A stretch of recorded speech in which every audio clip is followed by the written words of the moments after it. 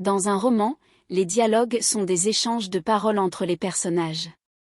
Ils servent à donner vie aux personnages, à révéler leurs pensées, leurs émotions, leurs motivations, et à faire avancer l'intrigue. Les dialogues permettent également de créer du suspense, de développer des relations entre les personnages, et d'explorer des thèmes ou des idées. Les dialogues ont plusieurs effets sur la lecture. Tout d'abord, ils facilitent la compréhension et rendent le récit plus dynamique.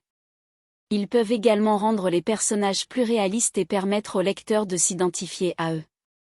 Les dialogues peuvent susciter des émotions, telles que l'humour, le suspense, la tristesse ou l'excitation. Ils peuvent également donner des informations, des indices ou des révélations importantes pour l'intrigue. Cependant, les dialogues peuvent présenter des risques s'ils sont mal exécutés.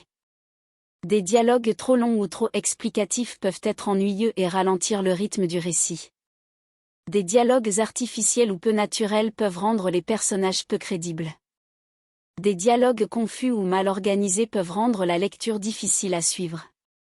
Pour améliorer les dialogues dans un roman, il est important de les rendre plus dynamiques en les variant en termes de longueur, de ton et de style. Ils doivent être crédibles et refléter le langage naturel des personnages. Il est également essentiel de révéler des informations de manière subtile et de dévoiler le caractère des personnages à travers leurs paroles.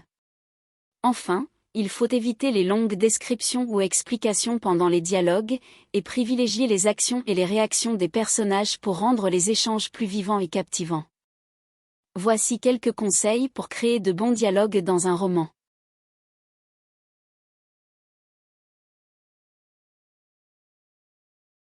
Soyez attentifs à la voix de chaque personnage a sa propre personnalité, ses propres opinions et son propre style de langage. Assurez-vous que les dialogues reflètent ces caractéristiques individuelles. Par exemple, si vous avez un personnage qui est un intellectuel, il pourrait utiliser un vocabulaire sophistiqué et complexe. D'un autre côté, si vous avez un personnage qui est un adolescent rebelle, il pourrait utiliser un langage familier et des expressions plus décontractées. En tenant compte de ces différences dans les dialogues, vous rendrez les personnages plus réalistes et intéressants pour les lecteurs.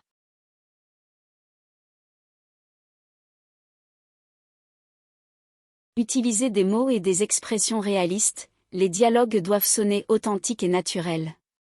Évitez les phrases trop formelles ou artificielles qui peuvent sembler forcées. Intégrez plutôt des mots et des expressions courantes que les gens utilisent dans leur langage quotidien.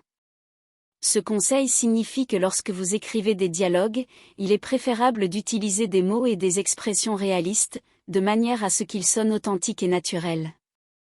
Il est important d'éviter les phrases trop formelles ou artificielles qui pourraient sembler forcées ou peu naturelles.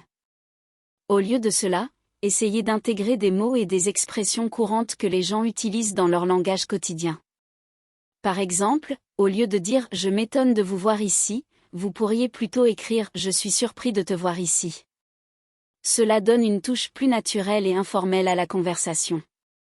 L'objectif est de rendre les dialogues plus accessibles et plus réalistes pour les lecteurs. En utilisant le langage quotidien, vous permettez aux personnages de se sentir plus vrais et plus proches des personnes avec lesquelles vos lecteurs pourraient interagir tous les jours.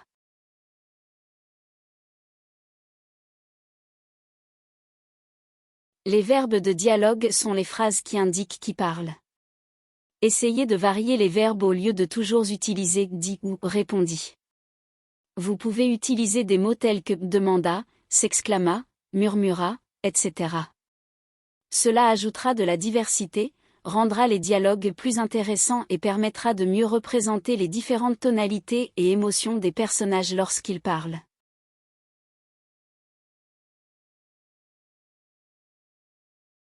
Rendez les échanges dynamiques, les dialogues doivent être dynamiques et captivants pour le lecteur. Les personnages peuvent avoir des opinions différentes, des désaccords, des débats ou des conflits. Cela rendra les échanges plus vivants et les rendra également plus réalistes.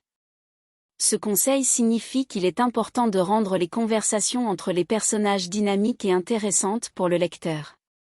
Au lieu d'avoir des dialogues plats et sans intérêt, il est conseillé d'introduire des éléments qui créent de l'interaction et du mouvement dans les échanges. Pour rendre les dialogues dynamiques, les personnages peuvent exprimer des opinions différentes sur un sujet, ce qui entraînera des désaccords et des débats. Cela ajoute de la tension et de l'intérêt à la conversation. Les personnages peuvent également avoir des conflits, ce qui intensifiera encore plus la scène. En donnant aux personnages des opinions différentes et en créant des conflits ou des débats, cela rendra les dialogues plus vivants et les rendra également plus réalistes. Les lecteurs seront davantage pris dans l'action et auront envie de continuer à lire pour voir comment les personnages se confrontent et évoluent.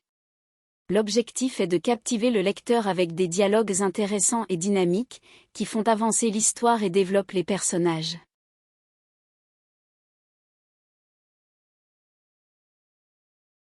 Utilisez le langage corporel. En plus des mots, les actions et le langage corporel des personnages sont également importants. Utilisez des gestes, des expressions faciales et des mouvements pour aider à transmettre des émotions et à enrichir les dialogues. Par exemple, au lieu de simplement dire que le personnage est triste, vous pouvez décrire son visage qui se renfrogne, ses épaules qui s'affaissent et ses yeux qui se remplissent de larmes. Ces actions corporelles aideront à montrer visuellement au lecteur que le personnage est triste, renforçant ainsi l'impact émotionnel de la scène. De même, l'utilisation de gestes peut renforcer la signification d'un dialogue.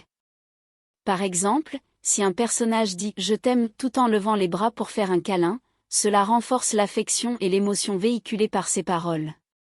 Lorsque vous utilisez le langage corporel dans vos écrits, vous enrichissez l'expérience de lecture en rendant les scènes plus vivantes et en permettant au lecteur de mieux se connecter aux émotions des personnages.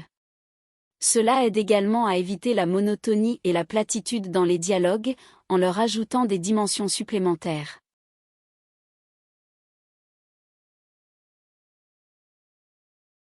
Évitez les informations explicites.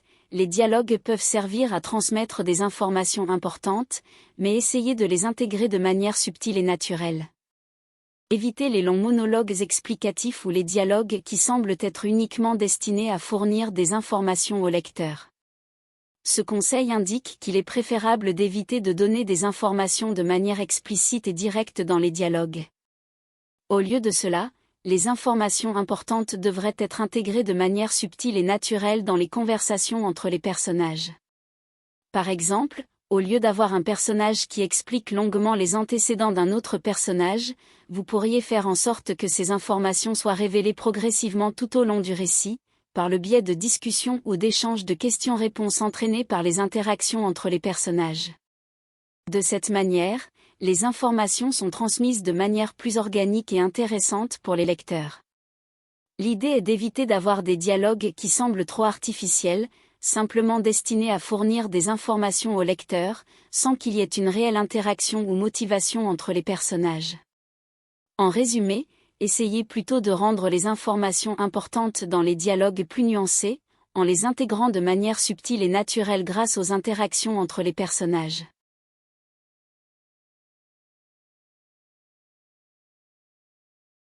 Montrez plutôt que de dire, au lieu de simplement décrire les émotions ou les événements, utilisez les dialogues pour les montrer. Les personnages peuvent exprimer leurs sentiments à travers leurs paroles et leurs réactions, ce qui rendra les dialogues plus intéressants et les rendra également plus significatifs. Par exemple, au lieu d'écrire « Elle était en colère », on pourrait utiliser un dialogue tel que « Comment oses-tu me parler ainsi ?» Cela donne une meilleure idée de l'état émotionnel du personnage et rend la scène plus vivante.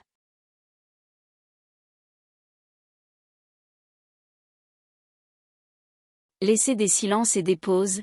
N'oubliez pas que les dialogues ne se limitent pas seulement aux mots, mais aussi à ce qui n'est pas dit. Les silences et les pauses peuvent également être significatifs et contribuer à la tension ou à l'émotion des échanges.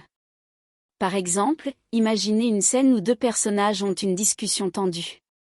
Si on insère des silences entre leurs répliques, cela va accentuer la tension et le lecteur pourra ressentir l'importance de chaque mot prononcé. De même, les pauses peuvent exprimer des émotions ou des sentiments non-verbaux, tels que l'hésitation, la colère contenue ou la tristesse. Ces moments de silence permettent au lecteur de se plonger davantage dans les émotions des personnages et de mieux comprendre leur état d'esprit. Il est donc essentiel de ne pas négliger les silences et les pauses dans les dialogues, car ils sont une composante précieuse pour transmettre des messages subtils, intensifier l'atmosphère et rendre les échanges plus réalistes et captivants. En suivant ces conseils, vous serez en mesure de créer des dialogues captivants et réalistes qui enrichiront votre roman. Il est important de pratiquer et d'expérimenter pour trouver votre propre style de dialogue.